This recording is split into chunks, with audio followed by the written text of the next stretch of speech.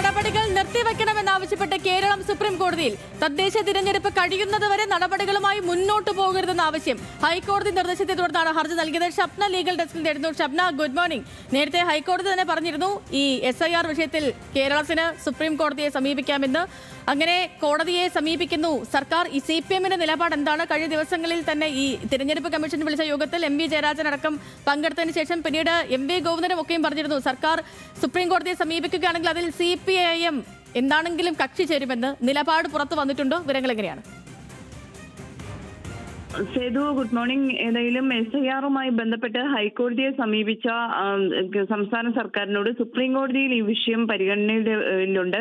അതുകൊണ്ട് സുപ്രീം കോടതിയെ ഹർജി നൽകാൻ ഹൈക്കോടതി തന്നെ നിർദ്ദേശം നൽകിയായിരുന്നു. ഈ ഒരു സാഹചര്യത്തിലാണ് ഇപ്പോൾ സംസ്ഥാന സർക്കാർ സുപ്രീം കോടതിയെ സമീപിക്കുന്നത്. സംസ്ഥാന സർക്കാരിന്റെ ഹർജിയിൽ പ്രധാനമായും പറയുന്നത് ഈ ഭരണ പ്രതിസന്ധി ഉണ്ടാകുന്ന സാഹചര്യം ഉണ്ടാകും. കാരണം ഇപ്പോൾ തദ്ദേശ സ്വയംഭരണ സ്ഥാപനങ്ങളിലേക്കുള്ള തെരഞ്ഞെടുപ്പ് നടക്കുന്നു. ഈ ഒരു സാഹചര്യത്തിൽ ഉദ്യോഗസ്ഥരെ കൂടുതലായി നിയമിക്കേണ്ടിയിരിക്കുന്നു. വലിയ തോതിൽ ഉദ്യോഗസ്ഥരെ ഈ SIR നടപടികളുമായി നിയോഗിക്കുമ്പോൾ ഭരണ പ്രതിസന്ധി ഉണ്ടാകുന്ന സാഹചര്യമുണ്ട്. അസാധാരണമായ ഒരു സാഹചര്യമുണ്ട്.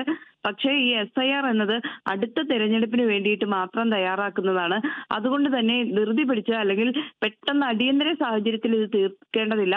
അതിനാൽ തൽക്കാലത്തേക്ക് നിർത്തിവെക്കണം എന്നൊരു ആവശ്യമാണ് സംസ്ഥാന സർക്കാർ ഉന്നയിക്കുന്നത്. ഹൈക്കോടതിയിലും ഈ ആവശ്യം ഉന്നയിച്ചപ്പോഴാണ് ഹൈക്കോടതി സുപ്രീം കോടതിയെ സമീപിക്കാൻ നിർദ്ദേശിച്ചത്. ഏതായാലും സേതു ചോദിച്ചതുപോലെ തന്നെ പാർട്ടിയുടെ നിലപാട് വ്യത്യസ്തമായി.